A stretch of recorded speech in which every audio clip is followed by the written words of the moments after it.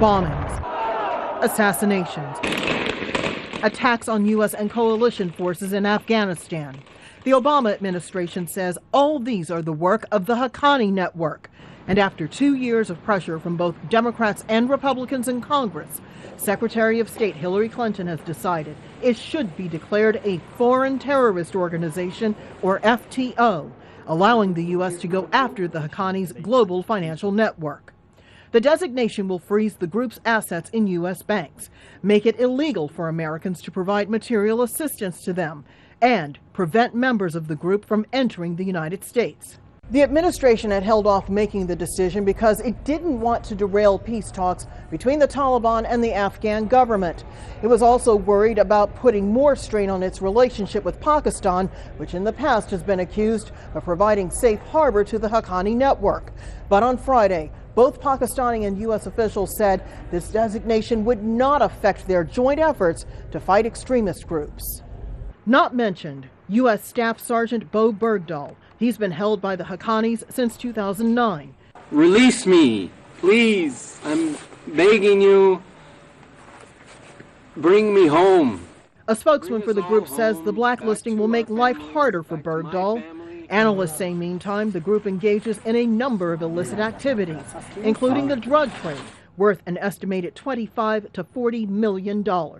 If the Department of Defense, the CIA, law enforcement follows up on this with clear action against the financial infrastructure and the business, the many illicit businesses that help support the Haqqani network. Because this is a network that is as much like a mafia as it is a terrorist outfit. It will take up to 10 days for the FTO order to take effect. The hope is that the U.S. can further stabilize Afghanistan and pressure U.S. allies, including Pakistan, to target the group. Rosiland Jordan, Al Jazeera, the State Department. So what more do we know about the group? Well, the Haqqanis are a Pashtun tribe operating in Pakistan and Afghanistan. Its fighters are blamed by the U.S. for a series of high-profile attacks on American targets. Their armed network was set up during the Soviet occupation of Afghanistan during the 1980s. The CIA, which was on the same side back then, accuses Pakistan's intelligence agency of supporting the Haqqanis. The group's also linked to the Taliban and accused of raising money through kidnapping and drug trafficking. Well, Robert Grenier is a former director of the CIA's Counter-Terrorism Center, as well as a former Islamabad station chief for the CIA. He says he doesn't think a fallout between the US and Pakistan is imminent.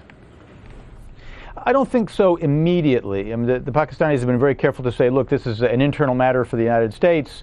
And since they claim not to be providing any material support to the organization, that they, of course, are stating that this is not going to have any material effect on relations. The concern that I have, however, is for the future.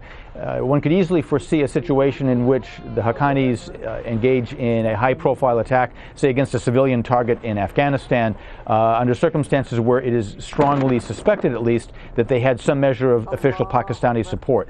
That would put us out on a slippery slope and possibly lead us to the point where it would be very difficult for the U.S. to avoid designating Pakistan as a state sponsor of terrorism. And you talk about the future there, Robert Grenier. I mean, a spokesperson for the Haqqani said that this means that the Americans are not serious about peace in Afghanistan. How will this then affect the prospect of peace and future talks, perhaps with the Taliban? Well, I think this comment from the Haqqanis is somewhat disingenuous. The Haqqanis have not shown any real interest in serious negotiations for peace in Afghanistan. They would like to see the Americans leave. They'd like to see the regime in Kabul overthrown, and they would like to have their own share of power. But that said, at some point, it will be important to have talks with the Haqqanis. The U.S. officials have, in fact, had some level of talks with senior Haqqani officials in the past, and this latest step could make it more difficult for the U.S. to sustain those talks. It doesn't mean that they can't have talks, but it might make it more difficult for the Americans to facilitate those talks, particularly if it involves travel by senior Haqqani officials.